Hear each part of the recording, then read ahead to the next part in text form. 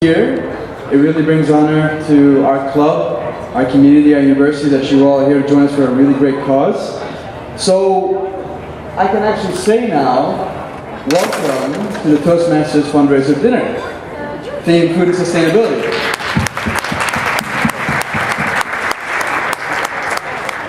We're finally here, and it's been a long journey. When I first joined Toastmasters earlier this semester, and having joined Thunderbird, it was a miraculous transformation for me, not only in place but mindset as well, and it was a self-development process. The idea is that we wanted to make this event all that much more worthwhile and much larger in cause and purpose, as well as in attendance, and really just a good fellowship of friendship of hands and supporters. And we found those. We found plenty that were willing to help us along the way with that cause. We have, as you clearly see, Global Sounds, Matthew and his band play for you, and it's, so thank you. Thank you. We have also Net Impact to thank. If it weren't for them, we wouldn't be able to reach out to our speakers, so we thank them as well. Business Improv later tonight will be giving you a little bit of an audience engagement piece. I think it's going to be personally very entertaining, so I'm looking forward to that. So thank you, Business Improv.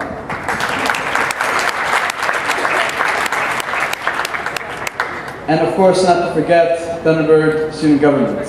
So we have the president himself, Mr. Marinati, in attendance tonight. Thank you so much for being here.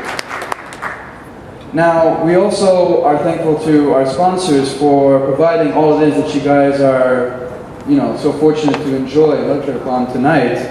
To mention but a few, Tinkoff from actually Qatar is promoting their message to reach out to your passions and really find that limitlessness that you all have inside yourselves. So you can thank them for the catering.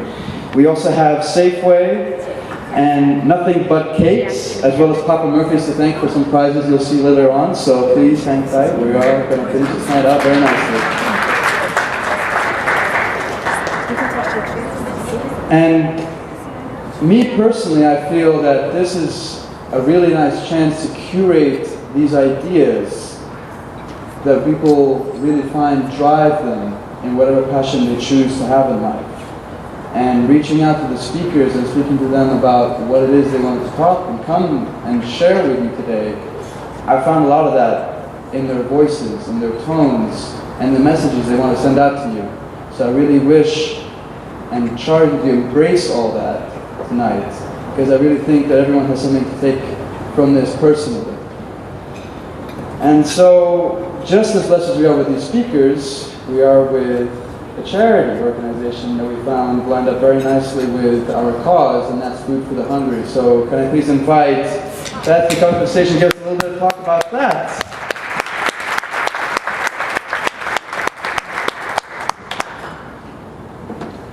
Thank you very much. It's really a pleasure to be here tonight. I've met students from Thunderbird so many times over the years, including some staff with Food for the Hungry, and it's great to finally be here on campus and to meet some of you. My name again is Beth Allen. I am in the Marketing Communications Department with Food for the Hungry. I've been working for the organization for 17 years. Started with them, my first contract was working in La Paz, Bolivia, in the development office there, the national office for Food for the Hungry, doing communications and personnel work primarily.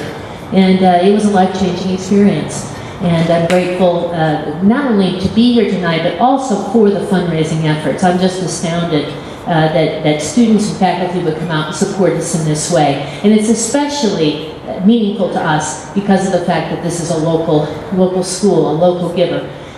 Giving locally makes a big difference around the world. I'd like to start off just with an introductory video here, a little bit about what we do. You'll get an idea of our philosophy of development. We work in over 20 countries around the world, in Asia, Africa, and Latin America. And this will give you some idea about how we approach international development.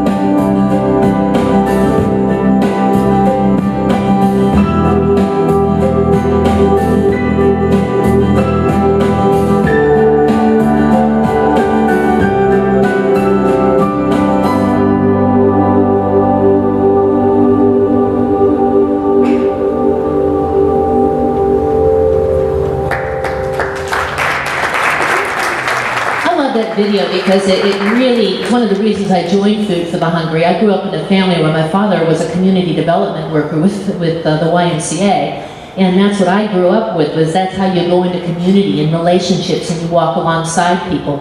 And it isn't just the idea of going in and changing a community. You're changed as well. And you need to be open to being changed. I'm definitely not the person I was 17 years ago. And I said something to someone the other day, I'm not the person I was a year ago.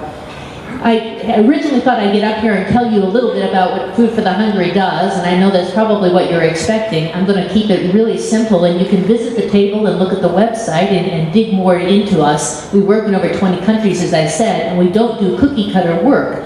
It's different in every place that we work, and it's really hard for me to do an overarching view.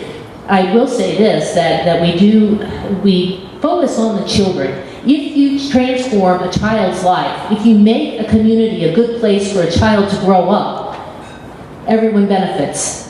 We focus on the children in the community, and we do so working in 4 separate areas: health, education, livelihoods, which is income generation basically, and disaster relief and preparedness. So that's the basic skeleton of what we do. But I'd like to take some time to be an encourager to you today, because I know that the people I'm talking to in this room, many of you are really the cream of the crop, the best of the best of wherever you've come from. And I know that you want to change the world. It's something deep in your heart. It's something that everybody wants to do. You come from families that expect a lot of you. You expect a lot of yourselves. And sometimes that can be hard, because people who are high achievers will set very high goals, sometimes even goals that other people are afraid to set. And you try to hit that mark, and I think it's been studied very, very often that people who are high achievers oftentimes have the lowest of the lows emotionally, because they miss these very high marks that they set for themselves. And that's certainly true about something like ending world poverty, which sounds huge. And I just encourage you, don't get discouraged by that. I got where I got by taking baby steps. I had no idea how I was going to get there. People ask all the time, how did you get into working for an international non-governmental organization? Or how do you get in there? They want a general pathway. They want a template for that. There really isn't a template. It's you find something that really floats your boat, take that first step, and work with people. And so just hang with me for just a minute here. Think about this. I mean, many of you know where you're going on this pathway. Some of you are still wondering, what do I do when I finish with this degree? But let me just repeat some things. And I'm gonna do those 4 areas again that we work in. And I'm gonna leave a little silence just for you to think some thoughts. Just maybe capture the initial thought that comes to mind when I say those words. I'll start out with health, education, disaster preparedness and response, income generation. This isn't really a test, but did you have any one of those words that really kind of made your brain jump for a minute, or your heart kind of leapt a little bit, and you thought, I want to know more about that. I want to know more about what she's talking about. That thought is your baby step. Just take that one baby step and go further with that. If you come from a background where you're practicing a faith of some sort, we are a Christian organization of Christian motivation, and so that's kind of where I went when I had that first baby step thought. Go with that. Go with whatever pathway that your faith has that leads you to find out what your purpose is. Talk with your friends, talk with your elders. It can be as much as, I have a little piggy bank on my dresser drawer in my bedroom, and it's actually a bunny bank, it's not a piggy. And I put my extra change in there, and every so often I get about $30, $40 in that piggy bank, and I give it something, to somewhere. Even though my budget's pretty tight, I've got that money to do that with, and it's really special to be able to do that. It's those little steps that are really, really helpful. And so don't give up, don't be discouraged, walk with each other through that. And I'd like to make myself available too, if you want to talk more about what do I do next after school, how do I get into an organization like Food for the Hungry, what are the options and the possibilities. My business card is back on those tables. I'm available to talk by phone, I'm available by email, I'm available to come over and do coffee someplace. Get a hold of me and we'll talk. I'm local. My office is at 1224 East Washington Street in downtown Phoenix. So just a short hop down I-17 to the 10 and you're there. So I would love to talk with you guys more. And again, thank you very much for the generosity of this group. I've been floored. I don't know why I should be surprised. There are a lot of generous people in the world. We are solving poverty little by little. It is getting better. Let's keep it up for this generation to come. Thank you.